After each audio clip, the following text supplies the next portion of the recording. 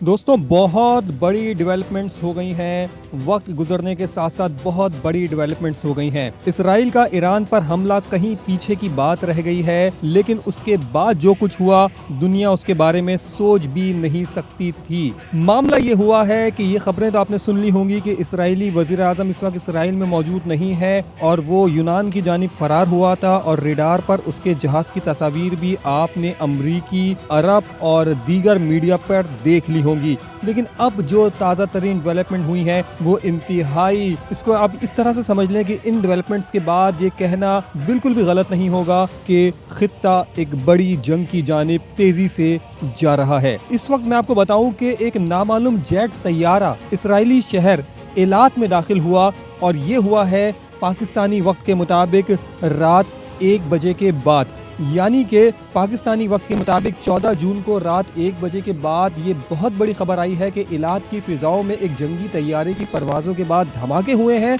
और ये तैयारा इन धमाकों के बाद वापस रवाना भी हो गया। और ख़ुद इसराइली मीडिया ने इस खबर की तस्दीक की है और साथ साथ ये एतराफ़ भी किया है कि इसराइल का दिफाई निज़ाम इस तैयारे को रोकने में नाकाम हो गया। अब अगर हम इशारों में भी बात करें और हक़ाइक़ को भी सामने रखते हुए बात करें तो हम और आप ये बात बहुत अच्छी तरह से जानते हैं कि जब एक रोज़ पहले इसराइल ने ईरान पर हमला किया था तो ईरान की जो एक एयर बेस है वहाँ पर जो तैयारे मौजूद थे वो MiG-29 थे और MiG-29 का F-35 से या F-16 से कोई मुकाबला बनता ही नहीं। जब 200 तैयारे अमरीकी मदद के साथ इसराइल के ईरान में दाखिल होकर बमबारी कर रहे थे तो ये MiG-29 ईरानी तैयारे क्या कर सकते थे। लेकिन उसके चंद घंटों के बाद, यानी कि तकरीबन 19-20 घंटों के बाद इतनी बड़ी डेवलपमेंट के इसराइल के शहर इलात की फिजाओं में एक नामालूम जंगी तैयारे की परवाज़ें हुई और उसके बाद वो यकीनन वहाँ पर बम गिरा के वापस लौटने में भी कामयाब हुआ।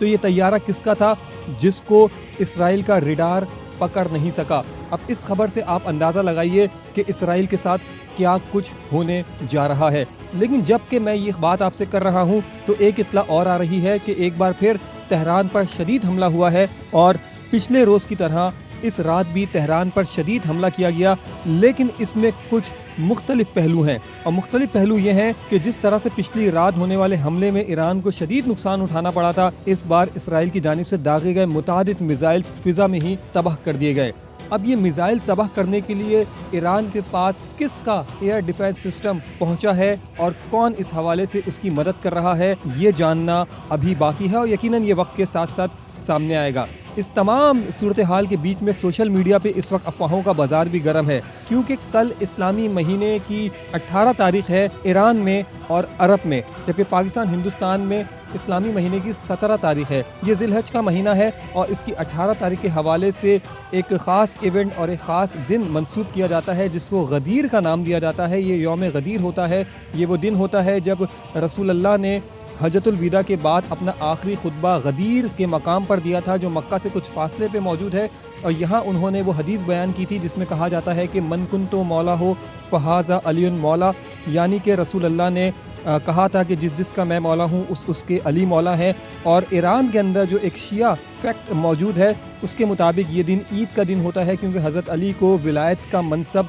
दिया गया था और अहले फ़ारिस इस दिन को बहुत अकीदत व एहतराम के साथ मनाते हैं। और अगर देखा जाए तो इस दिन के हवाले से इत्तलात यही थी और इस इत्तलात को हमने चंद घंटे पहले ये भी देखा कि जब ईरान ने अपना मिसाइल अटैक इसराइल पे किया था तो उसने इसका नाम रखा था सच्चा वादा पार्ट 3 अली इब्ने अबू तालिब। और इस सारी सिनेरियो को अगर देखते हुए आपको मैं कुछ और हक़ाइक़ बता दूं जिसको देख के और जिसको सुन के आप जो हैं वो यकीनन कुछ सोचने पे मजबूर हो जाएंगे। एक अमरीकी सहाफ़ी है नाज़रीन जिनका नाम है जोनाथन केरल। इन्होंने एक दावा किया है, ज़रा इनका दावा सुनिएगा कि इन्होंने कहा है कि अमरीकी सदर डोनाल्ड ट्रंप ने ईरान पर इसराइली हमले को ना सिर्फ सराहा है बल्कि जोनाथन केरल जो अमरीकी सहाफ़ी हैं इनके मुताबिक अमरीकी सदर को इस बारे में पहले से इल्म था कि इसराइल हमला करने जा रहा है। तो अगर अमरीकी सहाफ़ी के इस बयान को सामने रखा जाए तो क्या आप और हम ये सोचने पे मजबूर हो जाएं कि अमरीकी सदर डोनाल्ड ट्रंप ने जो है वो दोहरी पॉलिसी अपनाई थी, क्योंकि एक जानिब ईरान से मुज़ाकरात का सिलसिला भी जारी था, दूसरी जानिब इसराइल को भरपूर मौका दिया कि वो ईरान के तमाम न्यूक्लियर जो उनके पावर प्लांट न्यूक्लियर प्लांट्स जो थे या उनकी जो भी तनसीबात थी जौहरी उसको तबाह कर दिया जाए।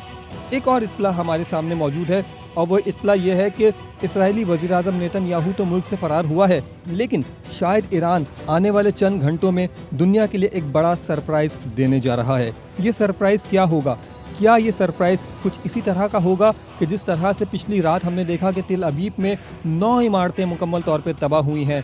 اور تل ابیب کے ساتھ ساتھ رامات گان کے علاقے میں بھی متعدد عمارتیں اور اپارٹمنٹس مکمل طور پہ تباہ ہو گئے ہیں۔ خود اسرائیلی میڈیا اس وقت اعتراف کر رہا ہے کہ جو تباہی وہ اس وقت تل ابیب میں دیکھ رہا ہے یہ ماضی میں کبھی نہیں دیکھی تھی۔ تل ابیب میں ناظرین میں آپ کو بتاؤں کہ ایک 32 منزلہ عمارت کے فوٹیجز آپ نے دیکھے ہوں گے جس کو آگ بھی لگی اور جس میں سے دھوئیں کے بادل بھی اٹھتے دکھائی دیے۔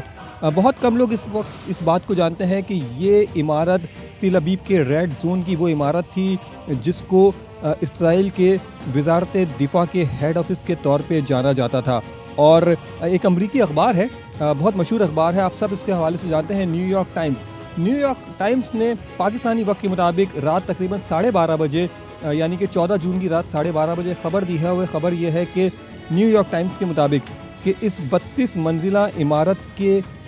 جو آگ لگی ہے اس کے قریب کئی لاشیں دیکھی گئی تھیں جنہیں بعد میں ریسکیو والے لے گئے ہیں، لیکن اسرائیل نے اس حوالے سے تاحال تصدیق نہیں کی ہے کہ مرنے والوں کی تعداد کتنی ہے۔ البتہ نیو یارک ٹائمز کے صحافیوں نے جو اپنی مدد آپ کے تحت تل ابیب اور آس پاس کے اسپتالوں سے ڈیٹا جمع کیا ہے اس کے مطابق اسرائیل کے 3 اسپتالوں کے اعداد و شمار کی بنیاد پر تل ابیب اور اس کے آس پاس کے علاقوں میں کم از کم 40 افراد کے زخمی ہونے کی تصدیق ہو گئی ہے۔ بہت اہم ڈیولپمنٹ ہے، لمحہ و لمحہ صورتحال بدل رہی ہے، ہم نہیں جانتے کہ جب تک آپ کو یہ ویڈیو ملے گی کیا کچھ تبدیل ہو چکا ہوگا، لیکن مشرق وسطیٰ اب ایک نئی جنگ کی لپیٹ میں ہے، اور یہ جنگ صرف مشرق وسطیٰ تک نہیں رہے گی بلکہ اگر اسے نہیں روکا گیا تو یقیناً یہ ایک بڑے سانحے کی صورت میں دنیا بھر کو اس کے نتائج بھگتنا پڑیں گے۔